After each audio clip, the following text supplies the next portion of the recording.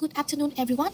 My name is Thao Nguyen, and today I will be presenting my project titled Public Transport Ridership in Singapore from 1995 to 2024, the Source and the Recovery.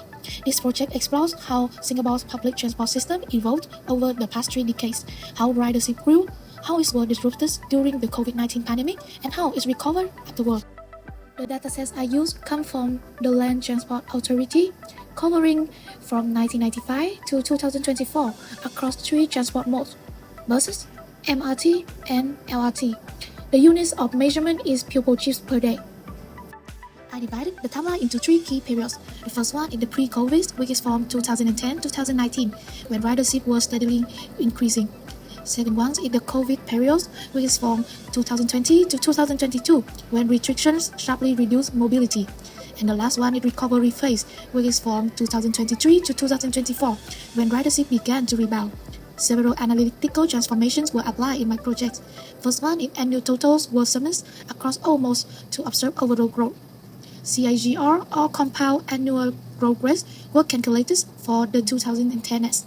Percentage change from 2019 to 2024 were used to measure recovery. Data were normalized per year to produce a heat map of relative mode shares. Distributions before and after COVID were visualized using box and violin plots. Here we see the total public transport ridership over time. From 1995 through the 2010s, ridership grew steadily with an average increase of about 4% per year. Then, during the saddest COVID period, ridership collapsed sharply in 2020, the lowest level in the dataset. By 2024, we see a strong rebound, 7.46 million trips per day, which is roughly 3% below the 2019 peak. This long-term trend shows both the magnitude of the pandemic's impact and the resilience of the system. When we separate by mode, buses in orange, MRT in blue, and LRT in gray, we can see that not all modes recovered at the same rate. MRT ridership returned to pre-COVID levels by 2024, even slightly surpassing its 2019 value. Buses, however, remained about 6% lower than before the pandemic. The LRT, a smaller feeder system, also stabilized close to its prior level. This suggests that long-distance road trips resumed faster than shorter local bus trips, perhaps due to lasting hybrid work patterns and shifts in travel behavior. These box plots summarize variability across the full 30-year period. Bus ridership shows a wider spread, reflecting its sensitivity to daily activity and road change. MRT and LRT have tighter distributions, indicating more stable demand. The low-end outliers mark the pandemic years, where ridership plunged abnormally low. Here, we compare distributions before and after the pandemic using violin plots. The shapes show that post-COVID ridership levels are lower and more compressed, especially for buses. While MRT and LRT recovered close to baseline, bus ridership remained structurally lower.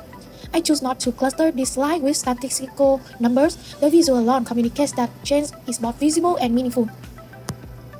This heat map normalized each year's ridership to show relative share by mode. Before 2020, buses dominate total trips. During the pandemic, almost declined, but buses lost proportionally more. From 2022 onwards, the heat map brightened for rail, indicating a shift toward rail-centric commuting, consistent with Singapore Transport Master Plan. This slope graph compares 2019 and 2024 directly. Bus ridership fell from 4.10 million to 3.84 million trips per day. MRT rose slightly from 3.38 to 3.41 million.